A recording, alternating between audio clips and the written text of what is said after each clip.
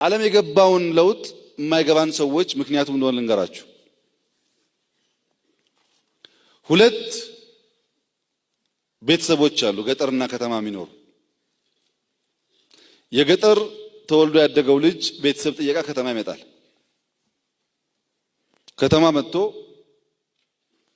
ከቤተሰብ ልጅ ጋር ወክ ሲያደርጉ መኪና ሲያይ ይደነብራል። ጥሩምባ ሲነፋ ይጮሃል።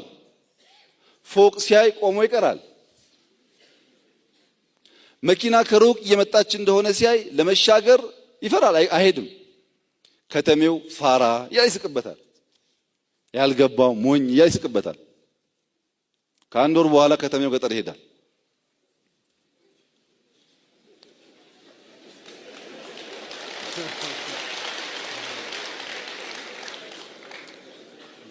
ጦጣም ሲያይ አንበሳ መጣብኝ ይላል። ዝንጀሮም ሲያይ ነብር መጣብኝ ይላል። ጫካው ኮሽ ባለ ቁጥር እባብ ነደፈኝ ይላል። ምን አይነቱ ፈሪ መጣብኝ አለ ደግሞ ገጠሬው። ዝም ብሎ መታሰር መገረፍ ምናምን የለመን ሰዎች መንግስት ያንን ስተው የደከመን ከመሰለን ስተናል።